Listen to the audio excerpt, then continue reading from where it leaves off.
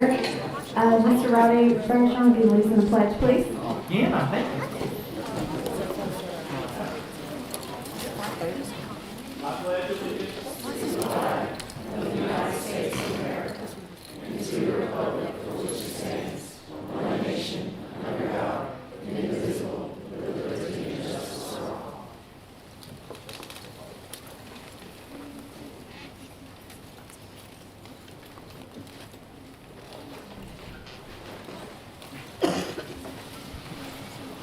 Madam Secretary, can you call the roll?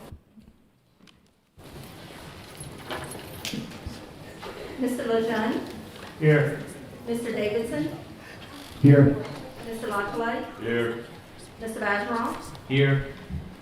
Mr. Edmond, Ms. Trahan,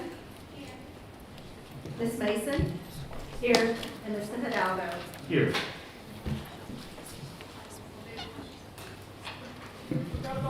Ms. LaBue? Here. Thank you. All right, thank you. Moving on to our agenda, we have one item, Resolution 05-026-2177, adoption of the unified budget for fiscal year 2026-2027. Madam President, I ask that the board approve Resolution 05-026-2177, adopting the unified budget for fiscal year 2026-2027. Second. I have a motion by Mr. Bergeron, seconded by Mr. Britt Latchley. Do we have any public comment? Yes. Please state your name.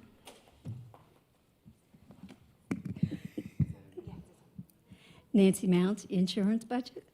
The concern I have is it appears, and Anthony can tell us better, that it was balanced with about a 62% decrease in medical claims, which we learned yesterday at the meeting was going to be close to a 5% decrease in medical claims.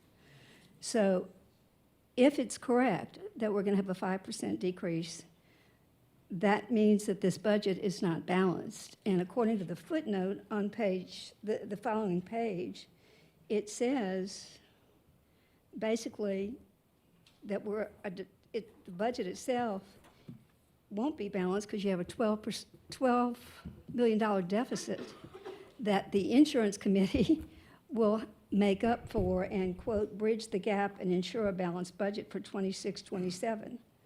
So I guess my question is this insurance budget balanced? And if not, can it be segregated and everything be adopted except this?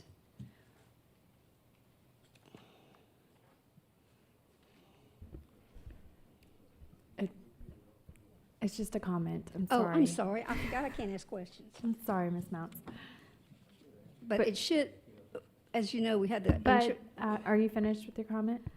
I just wanted to say that it's concerning after the meeting yesterday that if we have a $12 million deficit that we didn't know about 24 hours ago, or because we didn't discuss it yesterday, I don't know how the insurance committee is going to be put in a position to make the recommendation to add $12 million or fine $12 million.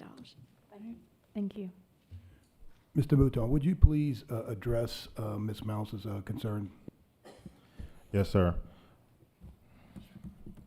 So many of us already know that we have a number of cost-saving measures and initiatives that's currently at play, and those measures are going to take time to see what the fruits of our labors are. Couple that with the information that we just received not too long ago, a few days ago, about claims coming in at a reduced cost, if you will. So there's a lot of things at play here, and it's going to take time for us for things to clear out. And based on that information, we will present to you guys a budget revision whenever that time comes. Thank you, Mr. Mouton. Do we have any other public comment? All right, seeing none, do we have any board comment? I got one. Yes, Mr. Roddy? Just to Anthony, what kind of timeline are we looking at before we get a budget revision for this? Well, that depends on when we get the information. So Gallagher is currently pulling data every single month, every single week, And so depending on how soon we get information, that will dictate how soon we do a budget revision. I just want to say that one of the things we talked about last year on the insurance committee was that one of the last things we want to do is raise premiums. So I just want to be cognizant of that like we're going to have to figure this out, and jacking up premiums is not preferable right now. Yes, understood. And Trish and her team in Gallagher firmly understands that. Yes, Ms. LeBeau? Mr. Mouton, I know that there's, obviously, we're waiting to see the results of the election for Amendment 3 this weekend, but can you just tell us what the anticipated reduction in debt for Lafayette Parish if Amendment 3 would pass? What would be the result? And I don't understand if it's all in 1 year or year over year, but it sounds like it would be upfront a 25% reduction in our debt. And has that been taken into consideration for this budget? That has not been considered in the upcoming budget because it has to be passed. And so it would have been risky if we would have made that assumption early on. Right, but do you know what number that anticipated could have an effect on our budget if it does pass? Just so I could kind of have a Sure. I don't have the number directly in front of me, but there may be a little bit of cost savings if the amendment is passed.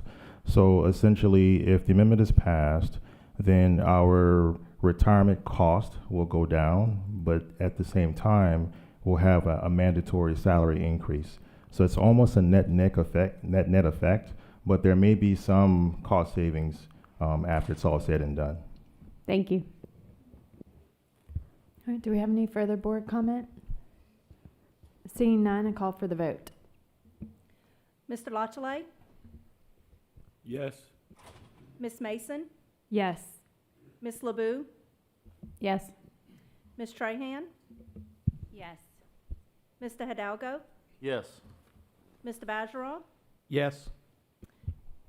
Mr. Lejeune, Yes. and Mr. Davidson. Yes.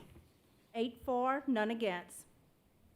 Motion Motion, carries. yes, motion carries. There are no other items. This meeting is adjourned.